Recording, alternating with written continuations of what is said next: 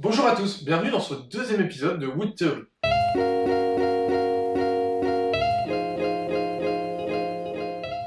Alors aujourd'hui, on va voir les différents types de bois. Parce que oui, comme on l'a vu dans l'épisode précédent, il y a différents types de bois. Et encore, là, je vous parle pas des essences. Aujourd'hui, on va plutôt parler des différents types de matériaux qu'on assimile au bois.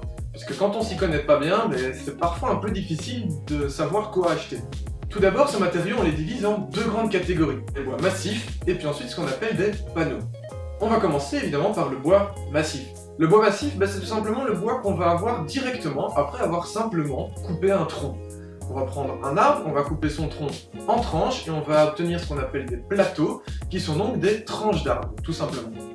Dans ces bois dits massifs, on va pouvoir les trouver sous différentes formes. On va avoir tout d'abord le bois brut, qui comme son nom l'indique est brut, sur lequel on trouvera toujours l'écorce, l'aubier, le cœur, enfin toutes les parties du bois qu'on a vu à l'épisode 1, que je vous invite à aller voir si vous ne l'avez pas encore vu. Enfin bref, avec le brut, on a un bois en tranches, un peu comme un bon pain de chez le boulanger. On a ensuite l'avivé. Alors l'avivé, c'est un bois brut duquel on a retiré justement l'écorce, l'aubier et les parties inintéressantes pour en faire des lattes avec une largeur bien fixe.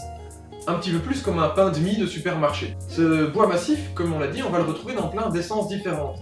Son grand avantage, c'est que c'est du vrai bois. Ses inconvénients, c'est qu'il va demander beaucoup de travail. Il va demander une découpe, il va demander du rabotage, etc., etc.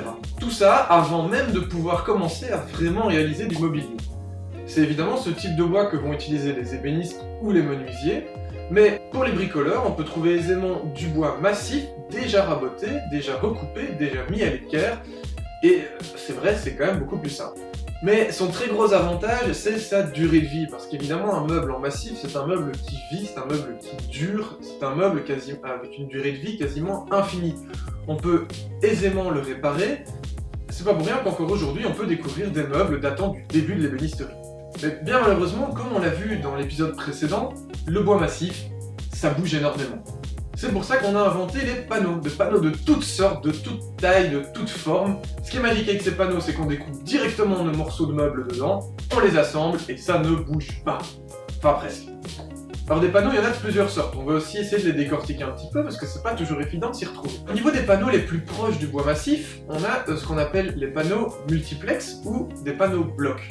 Alors, le multiplex, ce sont de fines planches de bois massif qui sont collées les unes au-dessus des autres, tout en croisant les fils pour éviter un maximum les mouvements du bois. Le panneau bloc, c'est à peu près pareil, sauf que ce sont des blocs de bois, donc un peu plus épais, collés les uns à côté des autres, pris en sandwich entre deux planches de bois. Ces types de panneaux sont ceux qui sont les plus proches du massif et donc les plus agréables à travailler, mais descendons un peu plus profond dans ce monde étrange qu'est le monde du panneau.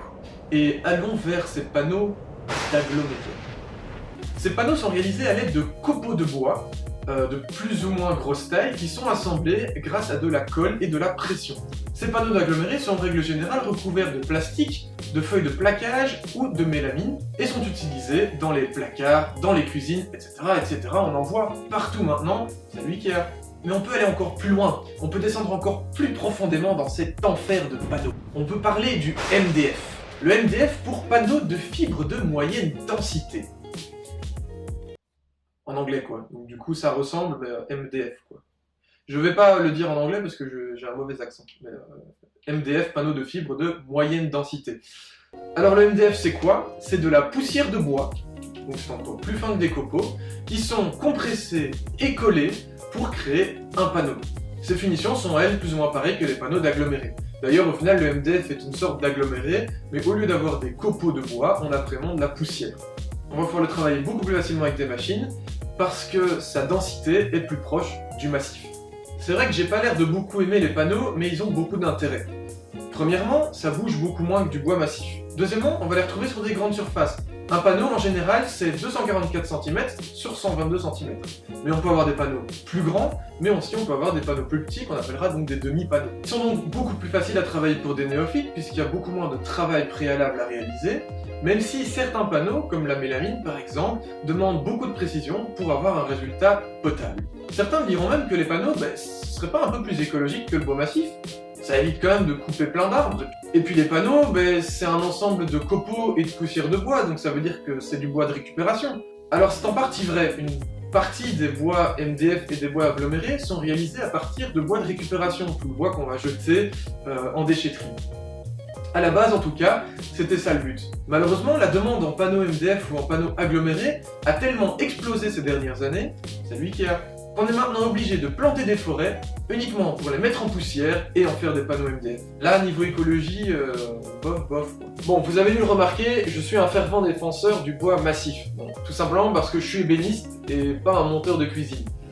Du coup, je défends ma matière première. Mais évidemment, les deux ont des qualités et des défauts, et c'est super intéressant de pouvoir les mélanger. Simplement, que ce soit pour le bois massif ou pour le panneau, il est intéressant de se renseigner un minimum sur l'impact écologique. Parce que travailler le bois, c'est travailler une matière naturelle, qui demande de respecter un minimum la nature. Faites donc attention de bien vérifier les labels, que ce soit pour le bois massif qui doit venir de forêts gérées correctement, ou pour le bois MDF ou aggloméré qui doit être réalisé avec des cols respectant la nature. Comme la dernière fois, je voulais vous présenter ce bouquin, qui est celui qui m'a permis de réaliser une partie de cette vidéo, qui est donc le guide du bois, de la menuiserie et de l'ébénisterie. Vous y retrouverez les bases du bois, mais aussi les différentes machines, les différents outils, les différentes techniques, enfin bref, à peu près tout ce qu'il faut savoir pour débuter dans le bois, ou même pour pouvoir continuer à découvrir les différentes techniques du bois. Voilà, c'est la fin de ce deuxième épisode, j'espère qu'il vous aura plu. Comme d'habitude, n'hésitez pas à laisser un commentaire si ça vous a plu, si ça vous a déplu, si vous avez des questions. N'hésitez pas non plus à laisser un pouce bleu, et surtout n'oubliez pas de vous abonner pour ne pas rater les vidéos suivantes. À la prochaine!